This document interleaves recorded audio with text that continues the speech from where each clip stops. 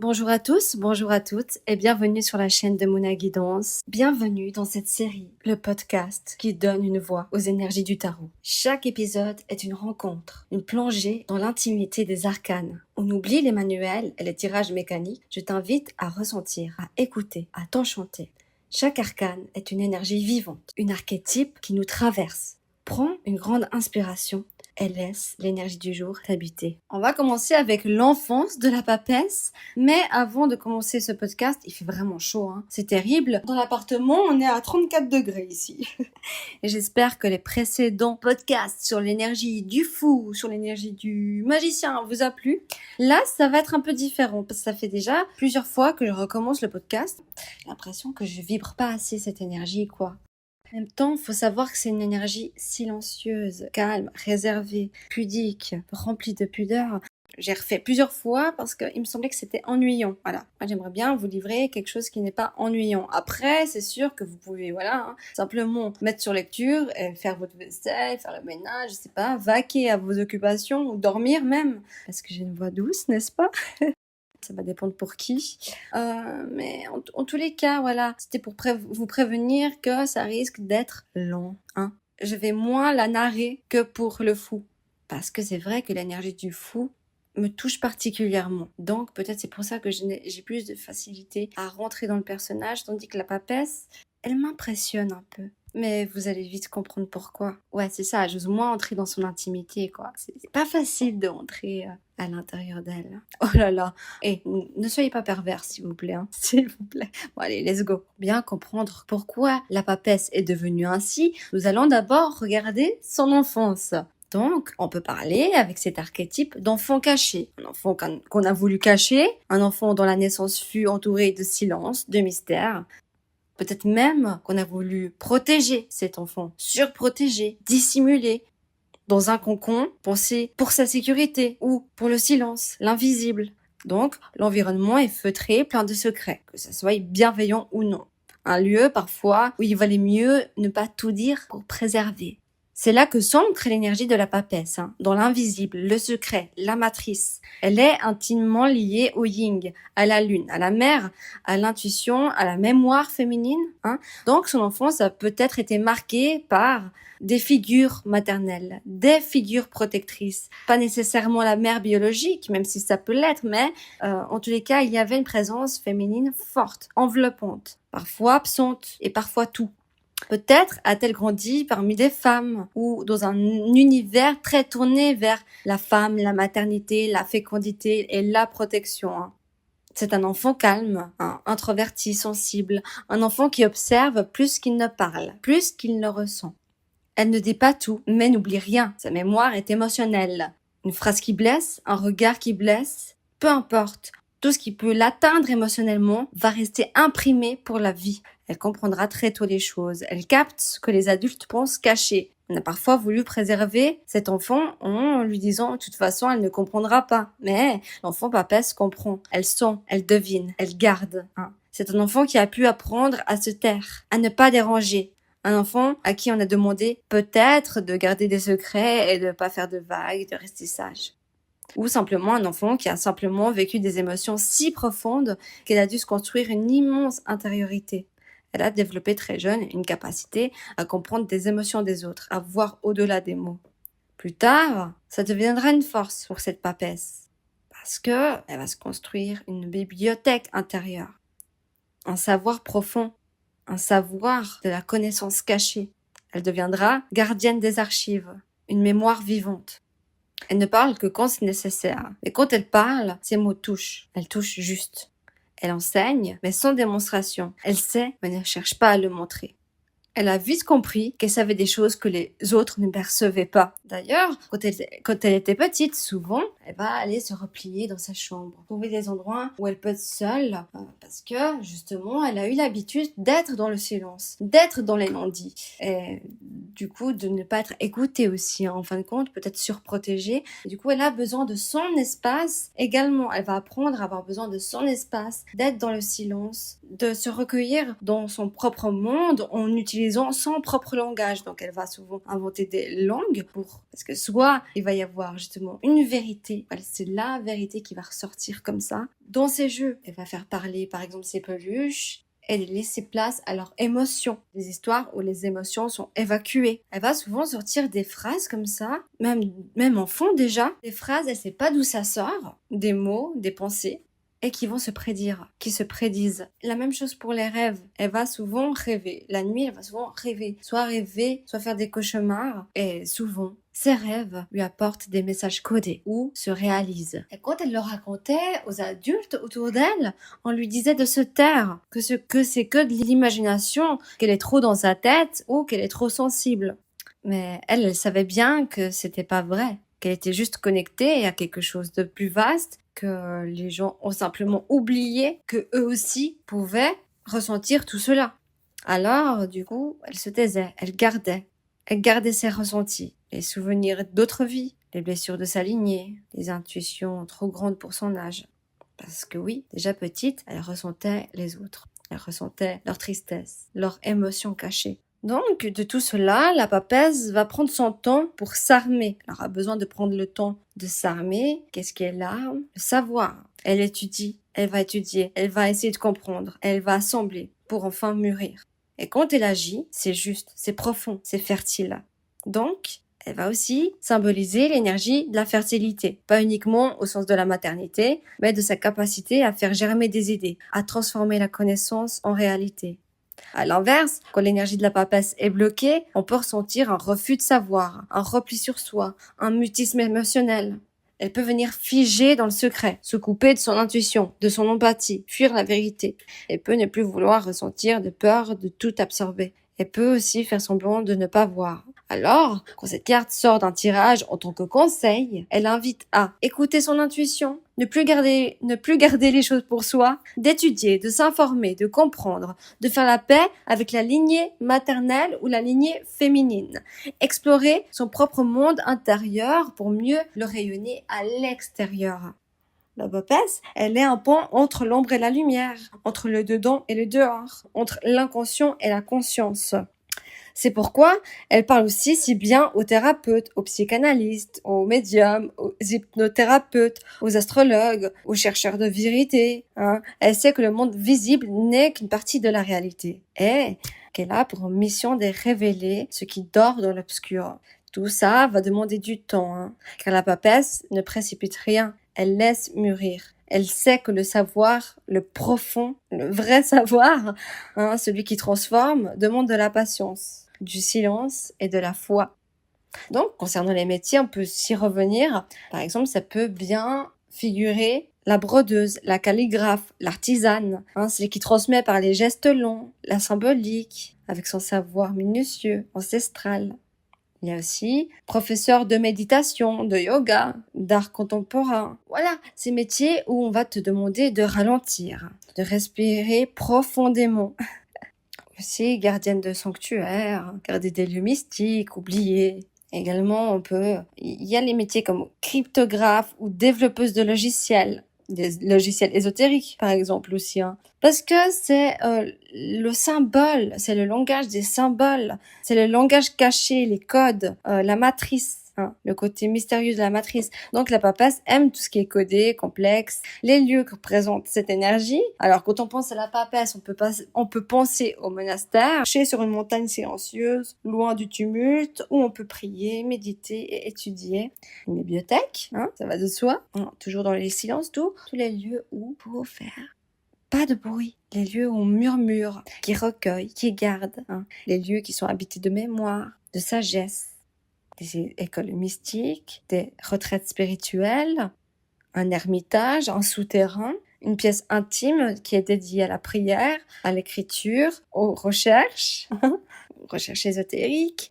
Maintenant, on va aborder la sexualité de la papesse. Quelle est sa sexualité, Elle, ça va être une sexualité assez dans la pudeur. Elle se donne pas à n'importe qui. Pour elle, son corps, c'est un temple sacré, comme un peu pour le pape. Elle va plus fantasmer sur l'union spirituelle. Elle va fantasmer sur l'attente, les prémices, les caresses lentes.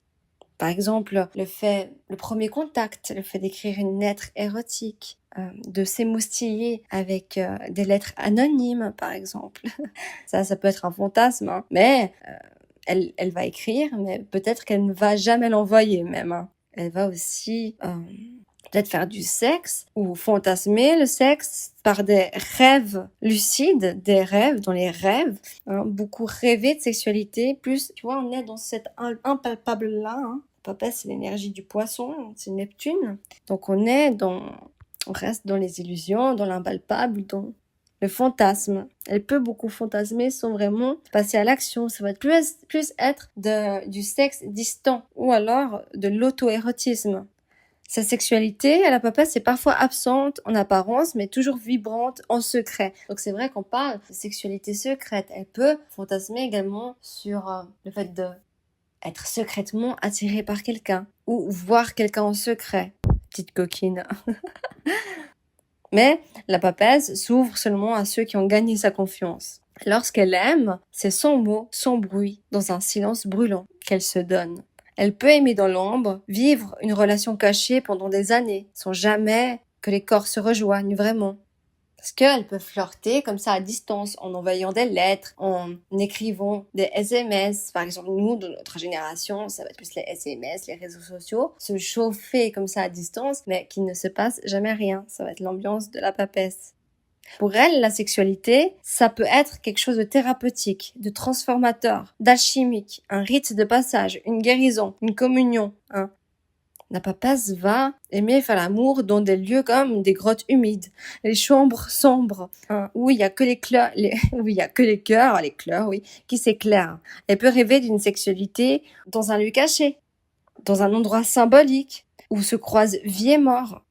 Mais elle n'a pas besoin de sexualité pour exister, pas besoin de se donner pour se sentir désirée. Son feu intérieur, contenu, est puissant. Mais quand elle aime, elle se donne entièrement, avec un silence brûlant. Pas de mots, le corps parle autrement.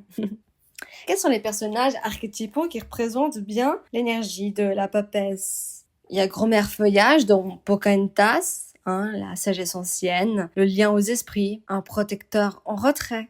Il y a également Ursula ou Madame Médusa, hein, figure qui a été rejetée, puissante et détentatrice de secrets, de savoir occulté.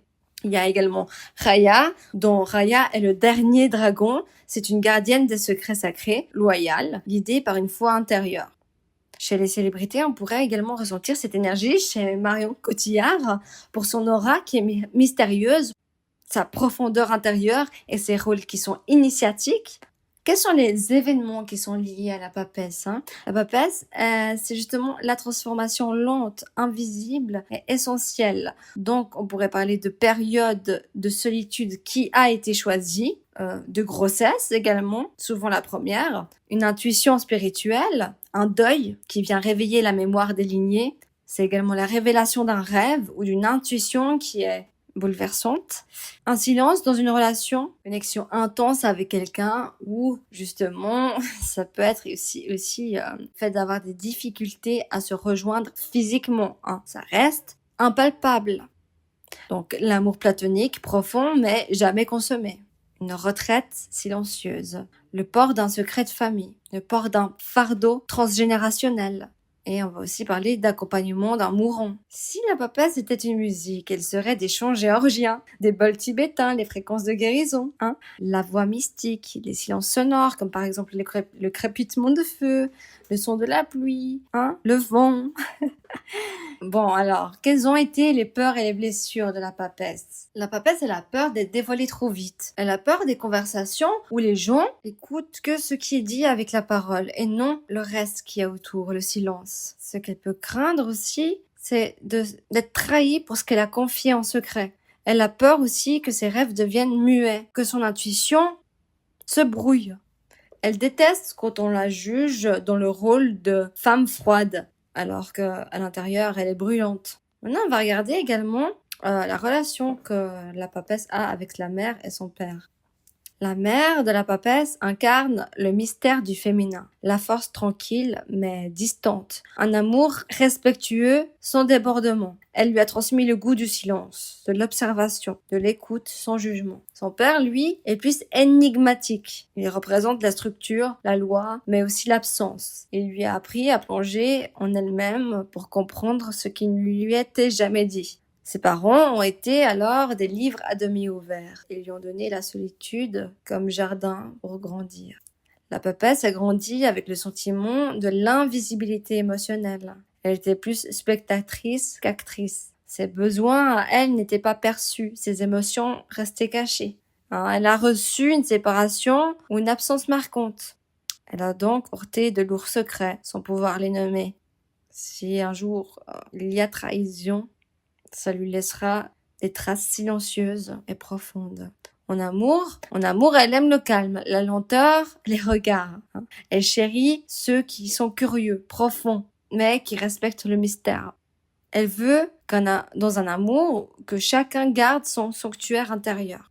Un lien sacré, un lien spirituel, où le non-dit est une forme de langage. En 2025, elle voudrait supprimer la superficialité, faire taire ceux qui parlent trop sans écouter, retirer les filtres, les faux semblants, les distractions qui ne font que du boucan.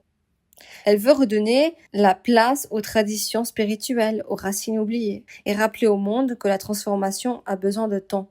Les conseils qu'elle voudra t'apporter, c'est de chérir le silence, d'être patiente avec toi et aussi avec les autres, de plonger sous la surface. La vérité ne crie pas, elle murmure. D'écouter son intuition, d'honorer ses racines, tout en étant bien évidemment ouvert à l'inconnu, toujours.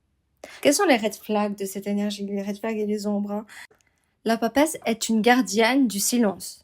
Mais parfois, ce silence devient un mur si épais qui empêche l'amour de circuler. Quand elle se protège trop, elle devient inaccessible, presque glacée. Donc, le premier red flag, ça va être le repli excessif. La papesse peut s'enfermer dans son monde intérieur comme dans une bibliothèque. Elle s'isole, s'éloigne, convaincue que personne ne peut la comprendre. Mais parfois, cette solitude n'est plus choisie, Elle devient juste une fuite. Elle coupe les ponts au lieu d'exprimer ses besoins. Deuxième red flag, l'opacité. Elle garde tout pour elle. Ses ressentis, ses émotions, ses vérités. Elle croit se protéger, mais elle crée juste le flou. Elle devient donc difficile à lire, à suivre, à aimer. On ne sait jamais vraiment ce qu'elle pense. Non. Et ça, c'est pour garder une forme de pouvoir inconscient. Troisième red flag, la suspicion. Parce que vu qu'elle capte tout, ressent tout, elle peut justement devenir méfiante. Elle cherche des signes partout. Elle doute de la sincérité des autres. Elle préfère ne pas s'ouvrir de peur d'être trahie. Elle interprète. Elle surinterprète, mais ne demande pas. Quatrième red flag, l'élitisme spirituel. La papesse est connectée à l'invisible, mais si elle n'y prend pas garde, elle peut se croire au-dessus des autres, plus consciente, plus profonde, plus initiée que les autres. Donc, elle peut rejeter ce qui lui semble trop simple, superficiel, bruyant. Et en faisant cela, elle coupe un lien vital avec le monde extérieur. Un autre red flag, c'est le refus d'incarner. Elle préfère parfois rêver sa propre vie que de la vivre. Rester dans la contemplation, dans les études, dans les symboles, mais ne pas passer à l'action. Elle retient, elle attend, elle imagine, mais elle oublie parfois que la sagesse a besoin aussi d'un corps pour s'incarner. Sixième red flag, la blessure de l'oubli. Elle peut nier ses propres besoins pour rester dans le rôle de la confidente, d'écoute, de la gardienne. Elle soutient tout le monde, mais elle, qui la soutient? Donc, elle va s'oublier, se vider, s'effacer, doucement, en silence. Et un autre red flag, le secret toxique. Elle croit parfois qu'il vaut mieux se taire pour protéger. Mais certains secrets pèsent. Et ce poids de secret, elle le garde dans son ventre, dans ses rêves, dans ses douleurs, physiques parfois. Elle oublie qu'un secret peut aussi être transformé en vérité partagée. La papesse, dans son ombre, elle n'est pas mauvaise, elle est juste blessée. Elle a appris à survivre dans le silence. Elle mérite d'apprendre à s'exprimer aussi, à se relier, à faire confiance à nouveau. Que ton silence devienne un sanctuaire, que tes rêves t'enseignent ce que les mots taisent, que tu aies le courage d'écouter ce qui ne s'explique pas. Je te laisse ici entre les pages de l'invisible, là où la papesse veille, en toi, dans l'ombre fertile. Et toi, quel est le secret intérieur que tu refuses encore de révéler, même à toi-même? Et qu'est-ce que tu observes en toi quand tu décides de ne plus rien dire? Je te laisse sur ces questions. Bisous.